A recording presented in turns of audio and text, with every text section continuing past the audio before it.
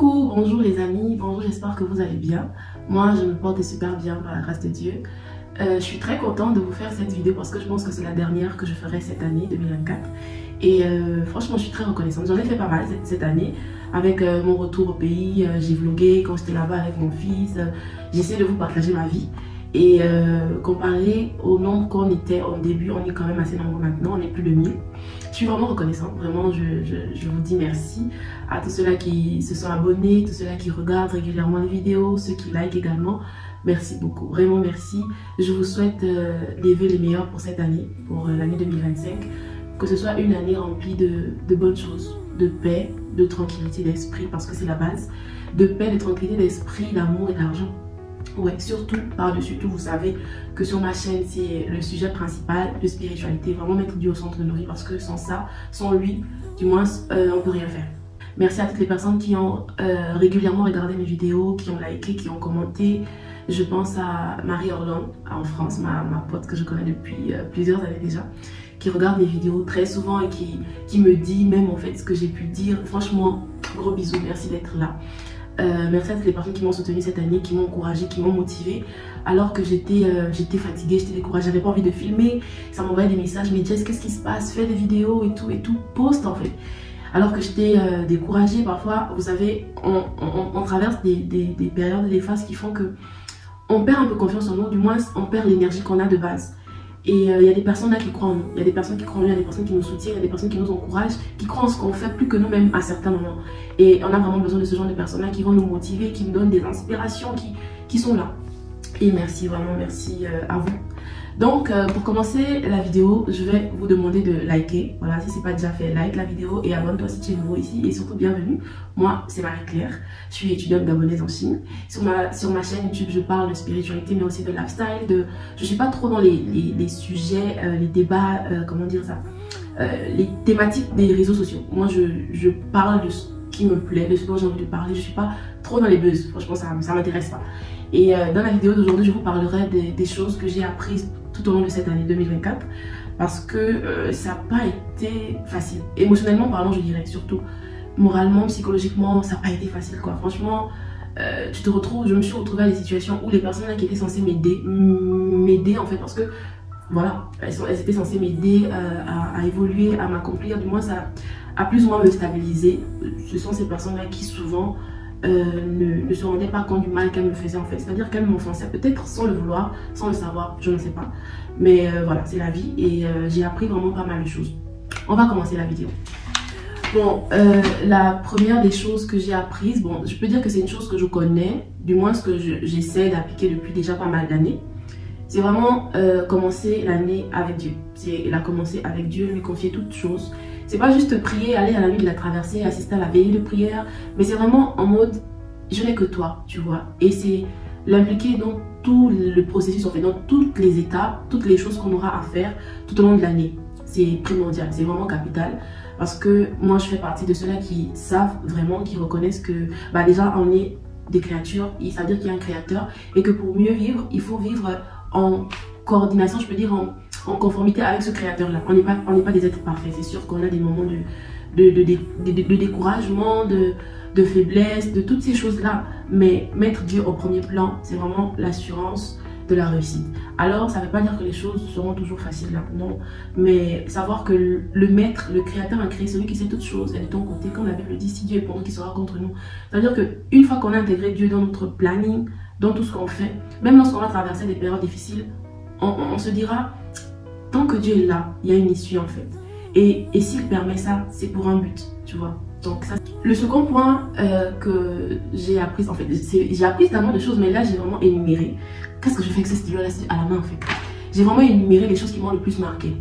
La deuxième chose, c'est qu'un enfant n'a que deux parents véritablement, son père et sa mère. Et si ces deux personnes-là, c'est-à-dire le père et la mère, ne jouent pas leur rôle, du moins ne sait pas véritablement à jouer leur rôle dans la vie de cet enfant, bah, c'est un enfant qui va grandir avec d'énormes difficultés en fait. C'est un enfant qui sera vraiment déséquilibré.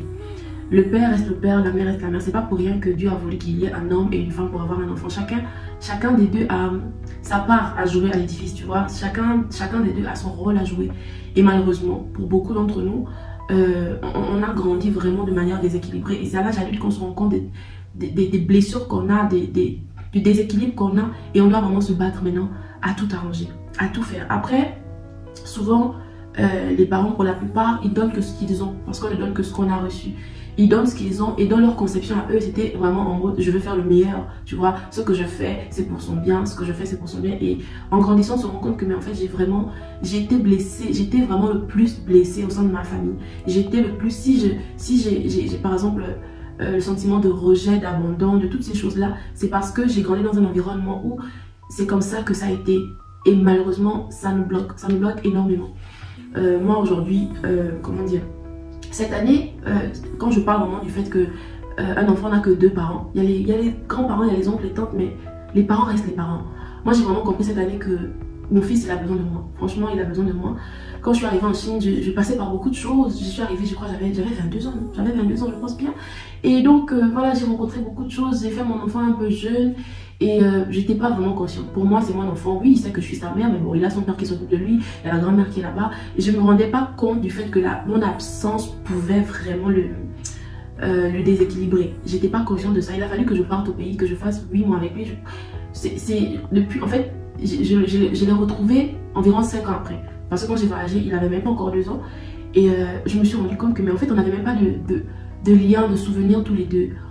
Et j'ai vraiment profité de ce temps pour créer des souvenirs avec lui, lui montrer qu'il peut toujours compter sur moi, je suis sa mère, que je ne suis pas là parce que je vais être loin de lui en fait. Je suis là parce que j'étudie et que quand je vais terminer, en tout cas quand j'aurai l'opportunité, je vais retourner en fait parce que il faut qu'il grandisse avec moi, il faut qu'il ait mon amour, il faut qu'il ait mon attention, il faut que je joue mon rôle dans sa vie en fait. Le troisième point, c'est que les personnes blessées ou frustrées, ou du moins encore traumatisées, auront tendance à blesser, frustrer et traumatiser les autres. Parce que comme je disais tantôt, on ne donne que ce qu'on a reçu. Et il ne faut pas se sentir coupable des fois des actions de certaines personnes. Parce que quelqu'un va agir d'une certaine manière vis-à-vis de toi ou de moi. Tu vas t'asseoir en te disant, peut-être qu'en fait c'est ce que je mérite, peut-être qu'il y a un souci, peut-être que non. On essaie trop souvent de rejeter la faute sur nous. Alors que la réaction de la personne est justement due à ce qu'elle a dans son cœur.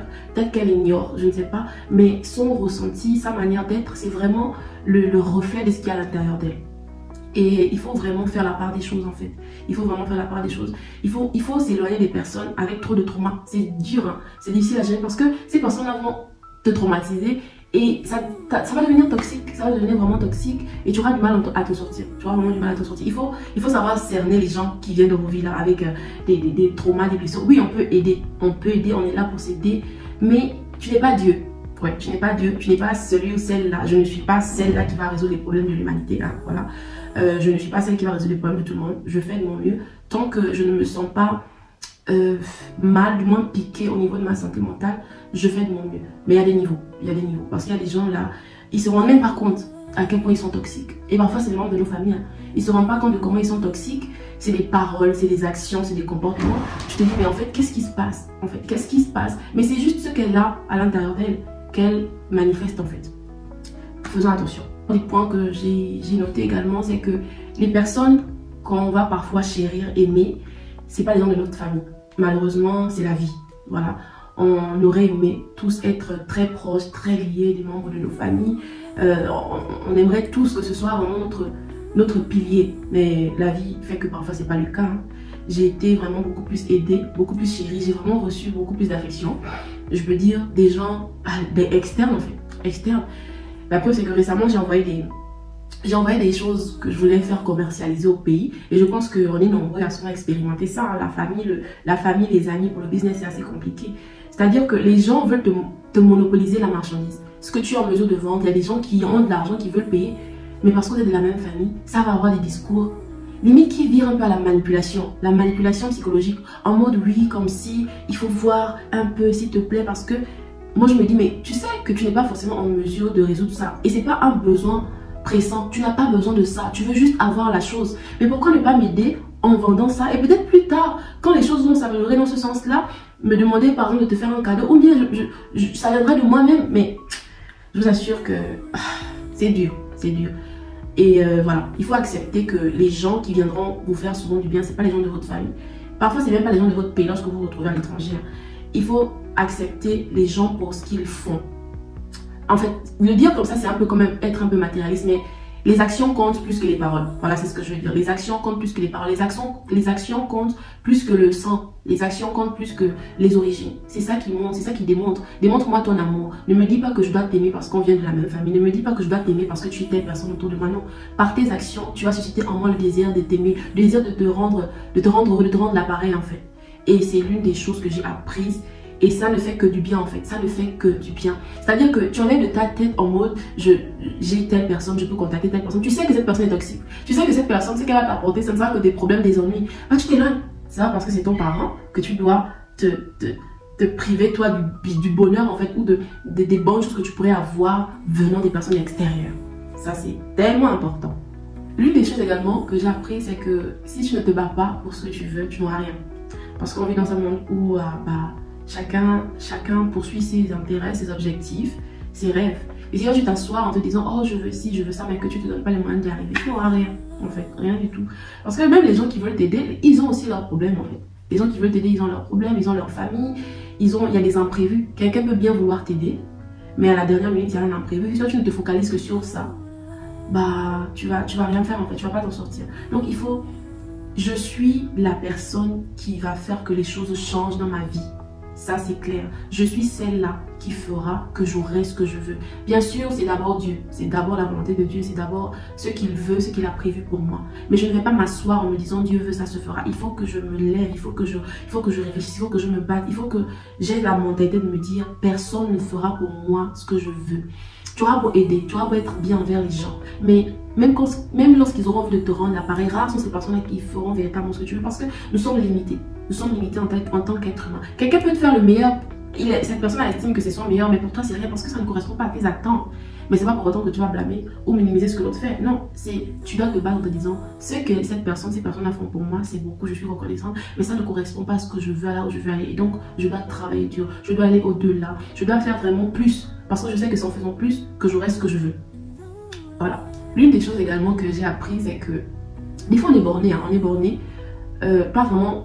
En fait, c'est pas de le mauvais sens, c'est-à-dire qu'on sait que ce que la personne est en train de faire n'est pas bien, tu vois. Et en tant qu'ami, en tant que proche, on a envie de dire à cette personne-là, on a envie que les choses changent, c'est-à-dire que tout le temps on va lui parler. Arrête ci, nanani, fais ça. Franchement, c'est très saoulant. Pour avoir expérimenté, moi je suis pas le genre de personne qui va aller à chaque fois te dire non, fais comme ci, fais comme ça, je vais essayer de te parler 1, 2, 3 fois maximum. Ça ne change pas, ça ne me regarde pas.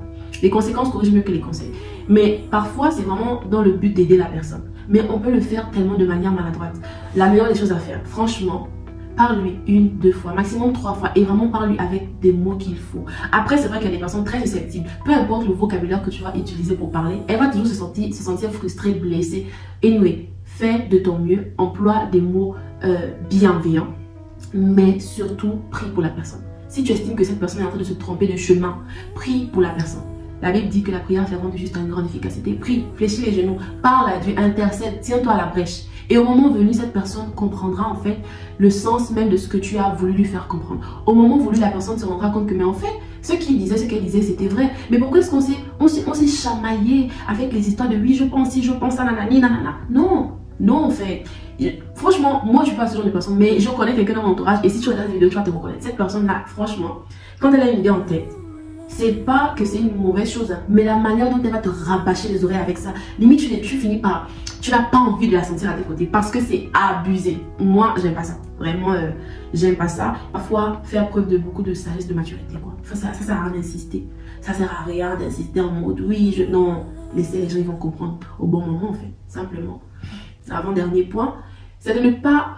J'ai compris qu'il ne faut pas avoir peur de dire aux gens ce qu'on pense, surtout quand ça a un lien avec notre santé mentale. Il ne faut pas hésiter. Si moi je ne veux pas que tu viennes chez moi, bah, je vais trouver les moyens de te dire que j'aime pas que tu viennes chez moi en fait. Parce que ta présence me met mal à l'aise. C'est chez moi, c'est mon endroit où je suis censée me sentir le plus à l'aise et en sécurité. Donc si toi, ta présence chez moi m'indispose, je vais te dire que j'aime pas en fait que tu viennes chez moi. J'apprécie pas. Avec les mots. Après, comme je disais tantôt, il y a des personnes assez susceptibles. Peu importe le langage que tu vas, toujours va chercher des problèmes. Les gens ne comprennent pas qu'il y a des personnes introverties, il y a des personnes qui aiment vraiment rester chez elles. C'est-à-dire qu'elles vont se mélanger à certains contextes, à certains moments. Mais de base, moi j'aime rester chez moi et j'aime pas que les gens viennent chez moi. Vraiment, j'aime pas que les gens viennent chez moi. Après, je n'ai pas de problème à rendre visite aux gens. Ça dépend aussi du fait de s'ils veulent qu'on leur rende visite ou pas. J'ai pas de problème à rendre visite aux gens, mais j'aime pas que les gens viennent chez moi. Vraiment, j'aime pas. Surtout, tu viens, tu me demandes pas. Quand tu viens, c'est pour vouloir jouer au chef, au patron. Et j'aime pas ça. Non, non, non, non. Et il faut savoir dire aux gens. Il faut savoir dire aux gens que la manière dont ils te parlent ne te plaît pas. La manière dont ils te traitent ne te plaît pas. Le comportement qu'ils ont ne te plaît pas. Parce que, en fait, le fait de pouvoir exprimer les choses, même si ça ne change pas dans les médias, ça te fait du bien. Parce que si tu accumules sans parler, ça ne va faire que te détruire. C'est comme si ça te bouffe à petit feu, tu vois. Il faut parfois dire les choses. Que mais j'aime pas ça. J'aime pas la manière dont tu m'as parlé. J'aime pas ton comportement. J'aime pas ce que tu as fait. Même si ça crée des problèmes. Tant que ça te fait du bien. Et là, je parle de vraiment s'exprimer avec respect. Hein. Voilà, il faut s'exprimer avec respect. Il faut savoir les mots employés. Il faut savoir comment se tenir. Parce que la vie, là, c'est compliqué. Tu vas dire à une personne plus grande que toi que je n'aime pas ça. Oh, tu es impoli. Même si, dans le fond, ce que tu dis n'est pas mauvais. C'est pour ça qu'il faut employer vraiment des bons mots. Mais surtout, quand c'est pour ta santé mentale, ta paix. Il ne faut pas hésiter. Il ne faut pas hésiter. Parce que le monde, les gens sont attirés. En fait, les gens ne courent que vers leur objectif. Le fait pour eux de venir chez toi, c'est parce qu'ils savent qu'en venant chez toi, ils auront la tranquillité qu'ils n'ont pas chez eux. Peut-être ils auront Internet, ils vont manger. C'est-à-dire que tu prépares, toi tu as fait ton petit budget, ils viennent à chaque fois pour venir manger. Ils partent, ils lavent même pas les assiettes. C'est vraiment, la maison ressemble à rien, n'importe quoi. Parce que en venant chez eux, ça leur fait du bien. Mais est-ce que ça te fait du bien à toi? Il faut savoir dire les choses.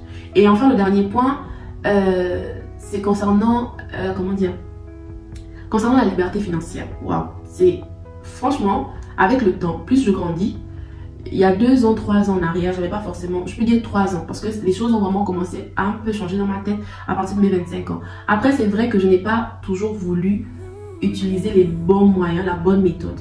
Mais la liberté financière est capitale, fondamentale. Le monde dans lequel on vit n'a pas pitié des femmes. Le monde dans lequel on vit n'a pas pitié des pauvres. Le pauvre, il énerve. Le pauvre, il fatigue en fait. Il faut à tout prix chercher à s'en sortir en utilisant bien sûr les bons moyens. Parce que sans argent, malheureusement, c'est le monde qui est ainsi. Tu peux rien faire. Tu vas te soigner comment si tu n'as pas d'argent? Tu fais quoi en fait sans argent? Il ne faut pas aimer... la Bible dit que l'amour de l'argent est la racine de tous les maux. Mais chercher de l'argent, ce n'est pas un péché. Parce que tu as besoin d'argent pour te vêtir, pour te loger, pour te soigner. Tu as besoin d'argent pour tout. Pour avoir accès aux meilleurs soins, pour avoir accès aux meilleurs services dans ce monde, il faut de l'argent. Et si tu n'en as pas, bah, c'est compliqué. Les gens auront beau vouloir t'aider. Souvent, ça ne correspond pas à ce que tu veux. Et les gens ne peuvent pas comprendre ça parce qu'ils se disent, mais moi, je fais de mon mieux. Je suis reconnaissante. Merci. Mais ce que tu appelles mieux, pour moi, n'est pas suffisant. Et donc, je ne t'en tiens pas rigueur.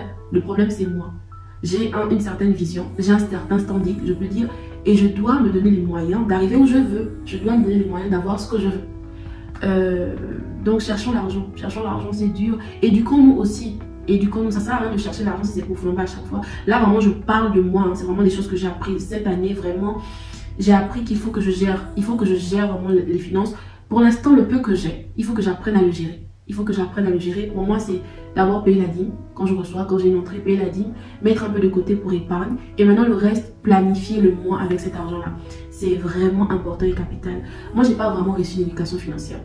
C'est là que je commence à me rendre compte que c'est important. Tu peux pas vivre comme ça, Jess. Tu peux pas dépenser tout ce que tu as. Il faut apprendre à, à programmer les dépenses. Tu fais les choses par ordre de priorité. Des dépenses, il y en aura toujours. Tu vas pas tout faire. Mais, quand même, essaye, fais de ton mieux. Tu vois, fais de ton mieux. Parce que ça fait pas bon, ça fait pas beau d'être celle-là qui a toujours besoin des prêts. Franchement, non. Non. Et il y a des personnes là qui se sont retrouvées dans des choses tellement bizarres parce qu'il y a un homme là-bas quelque part qui se rendait compte que la fille là, elle a toujours besoin d'argent. Donc on va voir, moi j'ai l'argent et elle a peut-être ce que je veux, vous savez de quoi je parle. Et donc je vais la m'adouer et tellement de gens font des choses difficiles et compliquées pour de l'argent. Moi j'avais fait une vidéo ici là où je parlais de cupidité. Cette vidéo malheureusement ou heureusement, j'ai dû la mettre privée. Mais j'ai vraiment expérimenté une chose compliquée en 2022 à cause de la cupidité. J'ai vraiment expérimenté un truc. J'ai failli aller en prison, hein. J'ai failli aller en prison. Et c'est quand je sors de là que je me rends compte que Dieu m'a sauvé là, ça va pas arriver 2 fois, ma chérie. Il faut te concentrer. Il faut t'asseoir avec toi-même, te poser les bonnes questions. Il faut t'évaluer. Depuis lors, j'ai arrêté beaucoup de choses. Mais vraiment beaucoup de choses. J'ai dit, Seigneur, tu connais mes besoins. Tu as dit qu'il ne faut pas que je m'inquiète de ce que je vais me vêtir, de ce que je vais porter. Les oiseaux ne sèment, ne moissonnent, mais ils vivent à l'aise. Donc moi, ta fille, la fille du bon Dieu, la fille de l'Éternel des armées, je vais te faire confiance. Mais apprends-moi aussi à gérer ce que tu me donnes. Parce que si je ne gère pas, comme dans la parabole du semeur, la parabole des talents, autant pour moi. Si tu n'apprends pas à gérer ce que tu as, mais on ne te donnera pas plus. Et ça, c'est vraiment ma prière. C'est vraiment l'un de mes combats pour cette année-là. C'est gérer mieux ce que Dieu me donne. Même si j'estime que c'est pas beaucoup. Jess, ce que tu as aujourd'hui. J'ai un de mes amis, à qui je fais un coucou d'ailleurs, qui m'a dit une fois, Jess, tu sais, la vie que tu as, c'est le rêve de beaucoup de gens. Et je me suis dit, mais en fait, on est là. Moi, je suis une personne qui pense beaucoup. Je peux aller au lit à 22 h, je vais dormir à 3 h parce que je pense énormément. Je ne sais pas si c'est un problème, mais je réfléchis toujours. Je vais penser, je vais tourner les choses. Je crois que c'est assez toxique quand même. Et donc, quand je me réveille, souvent, je partage avec certaines personnes le fruit de mes réflexions. Et lui m'a dit, Jess, ta vie que tu as, c'est le rêve de beaucoup de gens. Arrête de te prendre la tête, en fait. Profite de ce que tu as. Sois reconnaissante, sois heureuse. Et essaye de gérer ce que tu as. C'est dans ce sens-là que Dieu te donnera davantage. Waouh, franchement, ça, ce sont des points. Il y en a beaucoup, bien sûr, mais bon, j'ai essayé de vous énumérer les choses qui sont les plus importantes. Voilà, c'est la fin de la vidéo. C'est la dernière vidéo de l'année. Je m'apprête à voyager pour aller chez mon frère. Là-bas, je vous ferai des vlogs de comment je vis. C'est la première ville dans laquelle j'étais en Chine. Franchement, j'ai hâte parce que j'ai tellement aimé cet endroit. J'ai tellement de souvenirs là-bas. Voilà, donc prenez soin de vous. Encore bonne fête. Prenez soin de vos proches. Évitez les personnes toxiques, que ce soit en amitié ou en famille. Évitez les personnes toxiques. Donc, à l'année prochaine pour la nouvelle vidéo.